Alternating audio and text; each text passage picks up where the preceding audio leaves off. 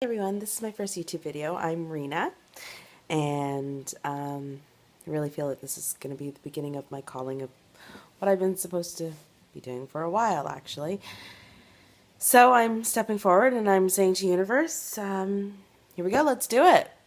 So I don't know if I should give any background about myself or whatnot. I've been intuitive most of my life. I believe everyone's intuitive, honestly. Everyone has an ability.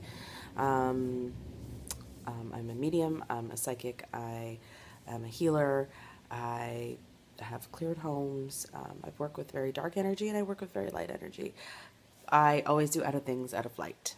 So, just to keep you aware that my everything that I do is about unconditional love and about self-work and about self-evolution and about spiritually aligning to the universe because it's all within us and nothing is out of the dark.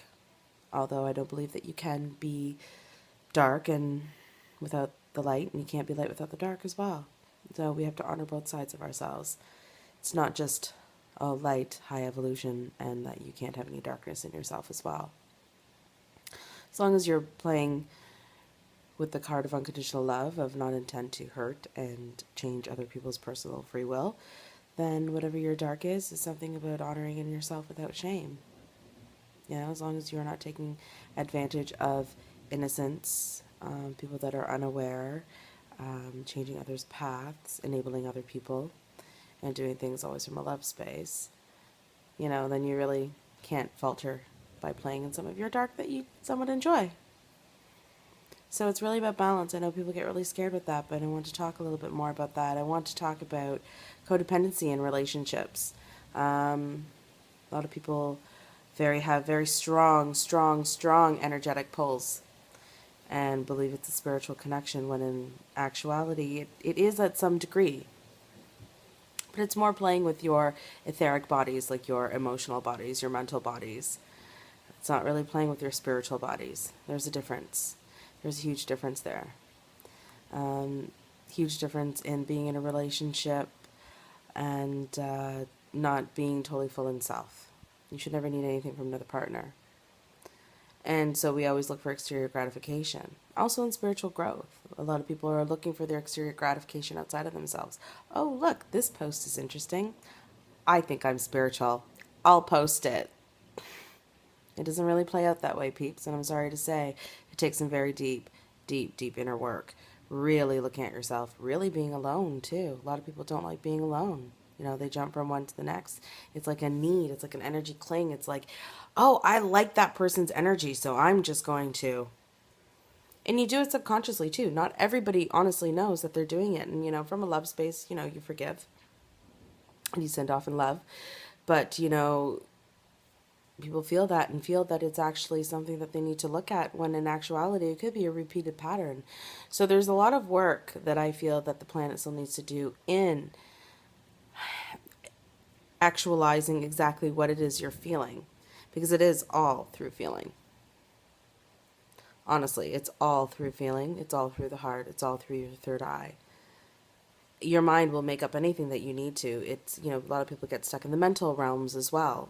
The complexity of thought, the complexity of speech, the complexity of what you're hearing and what you're taking in. If it's moving around in your head too much and you have to actually think about it, then you're stuck in the mental realm. Over analyzing, your mind just rushing. It's really about letting go and letting spirit guide you in that regard. And it's also about your connection and your speech with spirit. I think a lot of people are lacking when they say that they're spiritual, they're lacking a deep, intimate connection and their own sacred relationship with the divine. And I'm not talking about, you know, a prayer here and there. I'm talking about living and breathing it. You know, wake up in the morning and the first thing you say in the morning is like, good morning, universe. Thank you. What do you have in store for me today? What are we doing today? You know, this is how I'd like to see my day. This is how I want to manifest my day. Things will just align for you.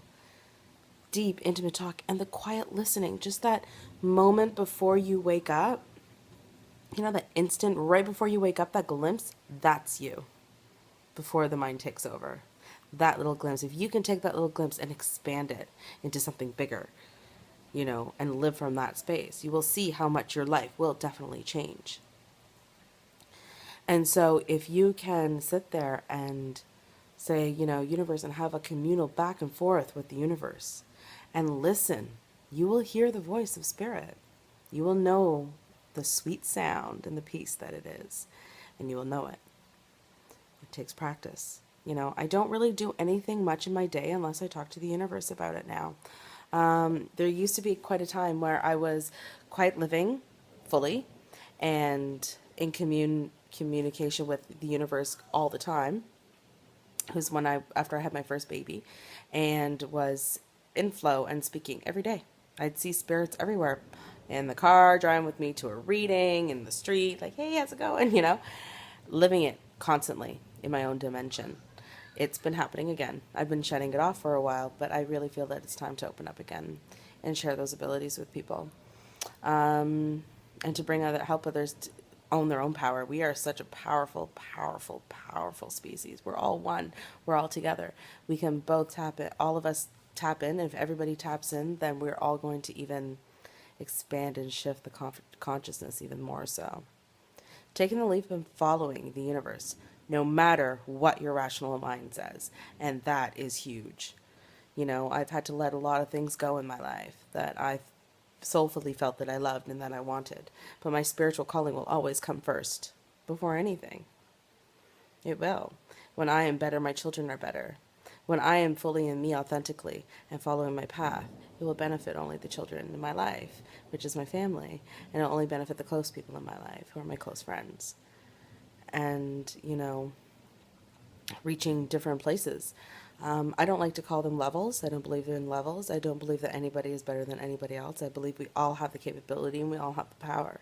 Some have just been able to tap in a little bit differently or earlier or whatnot, but we're all in a shift, so everybody's important in the work that they're doing right at this time. So that's a little bit of my explanation. When universe starts talking to me, I do get quite in and I close my eyes a lot. Sometimes I need to just feel and hear the message that's coming through, so you'll see me speak with my eyes closed. It's kind of how I do readings too.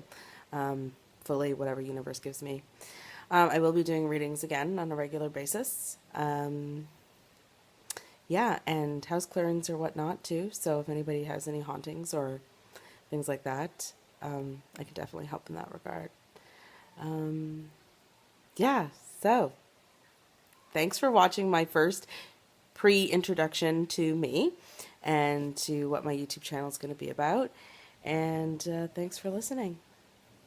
Yeah, I guess that's about it. That's just me. And this is how I am if you meet me. And this is the way I am. I'm not a total guru. I don't know. I hate the name guru too. I hate when people go, oh, such a guru. And I need a teacher and a leader. I just want to share the understanding that I have come to. And I just want it to expand. And that's basically it. And so I don't want to be considered a guru or a teacher. I just want you to take what resonates with you and own it in your own life and become powerful. That's all. And so I'm not going to be a, oh, hallelujah, light worker. I am a light worker, but I also like my dark too. And there's nothing wrong in that. And I explained that at the beginning. So namaste. Thanks for listening, and I'll put something a little bit more together for the first, I guess, definite YouTube kind of video kind of thing. So, love and light.